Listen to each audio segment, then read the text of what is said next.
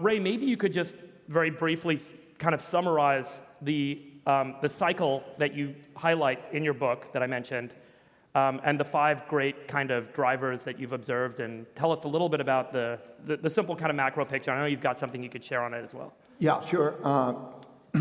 First, I should explain that experience I had of learning that many of the things that surprised me because they didn't happen in my lifetime before, but they happened many times in history. The first time I was clerking on the floor of the New York Stock Exchange in 1971, and the United States, Nixon defaulted on the promise to deliver gold for money because they didn't have enough money, real money, gold. And it went down. I went on the floor of the New York Stock Exchange expecting a big down.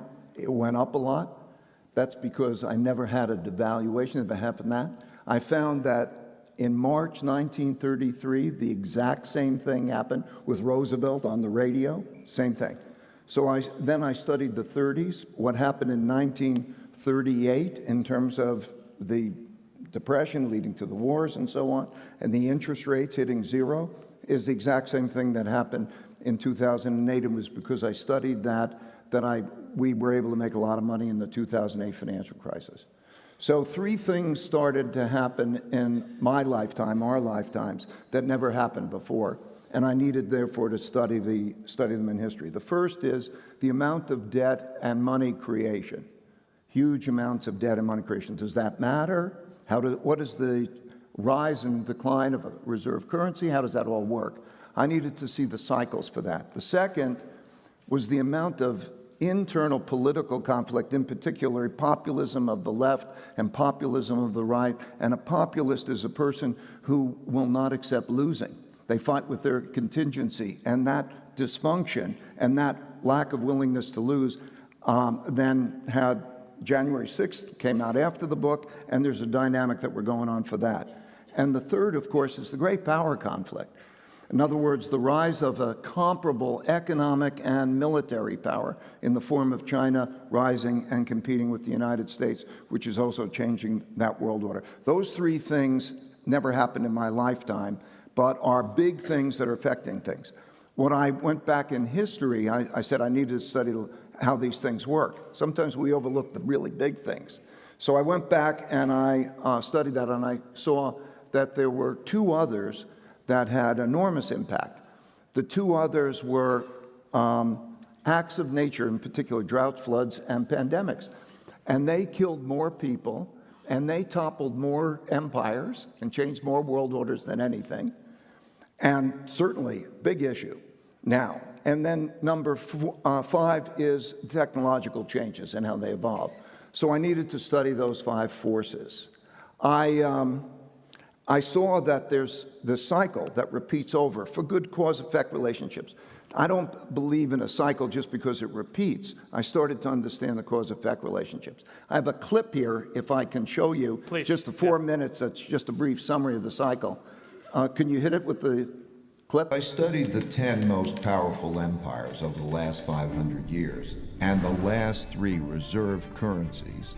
It took me through the rise and decline of the Dutch Empire and the guilder, the British Empire and the pound, the rise and early decline in the United States Empire and the dollar, and the decline and rise of the Chinese Empire and its currencies, as well as the rise and decline of the Spanish, German, French, Indian, Japanese, Russian, and Ottoman empires, along with their significant conflicts, as measured in this chart.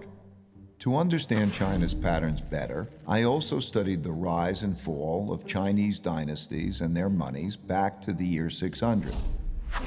Because looking at all these measures at once can be confusing, I'll focus on the 4 most important ones: the Dutch, British, US, and Chinese. You'll quickly notice the pattern. Now let's simplify the form a bit. As you can see, they transpired in overlapping cycles that lasted about 250 years, with 10 to 20-year transition periods between them. Typically, these transitions have been periods of great conflict because leading powers don't decline without a fight. So how am I measuring an empire's power? In this study, I used 8 metrics. Each country's measure of total power is derived by averaging them together.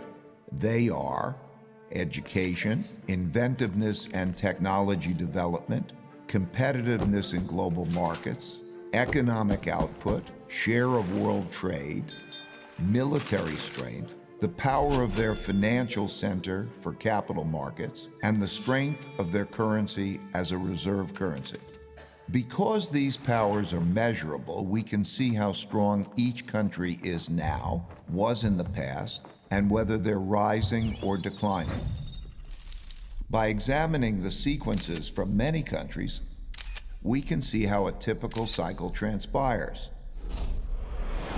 And because the wiggles can be confusing, we can simplify it a bit to focus on the pattern of cause-effect relationships that drive the rise and decline of a typical empire.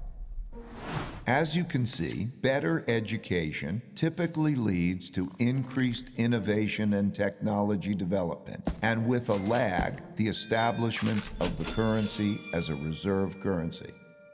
You can also see that these forces then declined in a similar order, reinforcing each other's decline. Let's now look at the typical sequence of events going on inside a country that produces these rises and declines. In a nutshell, the big cycle typically begins after a major conflict, often a war, establishes the new leading power and the new world order.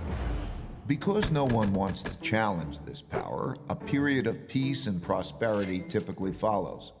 As people get used to this peace and prosperity, they increasingly bet on it continuing. They borrow money to do that, which eventually leads to a financial bubble. The empire's share of trade grows, and when most transactions are conducted in its currency, it becomes a reserve currency, which leads to even more borrowing. At the same time, this increased prosperity distributes wealth unevenly, so the wealth gap typically grows between the rich haves and the poor have-nots. Eventually, the financial bubble bursts, which leads to the printing of money and increased internal conflict between the rich and the poor, which leads to some form of revolution to redistribute wealth. This can happen peacefully or as a civil war. While the empire struggles with this internal conflict, its power diminishes relative to external rival powers on the rise. When a new rising power gets strong enough to compete with the dominant power that is having domestic breakdowns, external conflicts, most typically wars, take place. Out of these internal and external wars come new winners and losers. Then the winners get together to create the new world order, and the cycle begins again.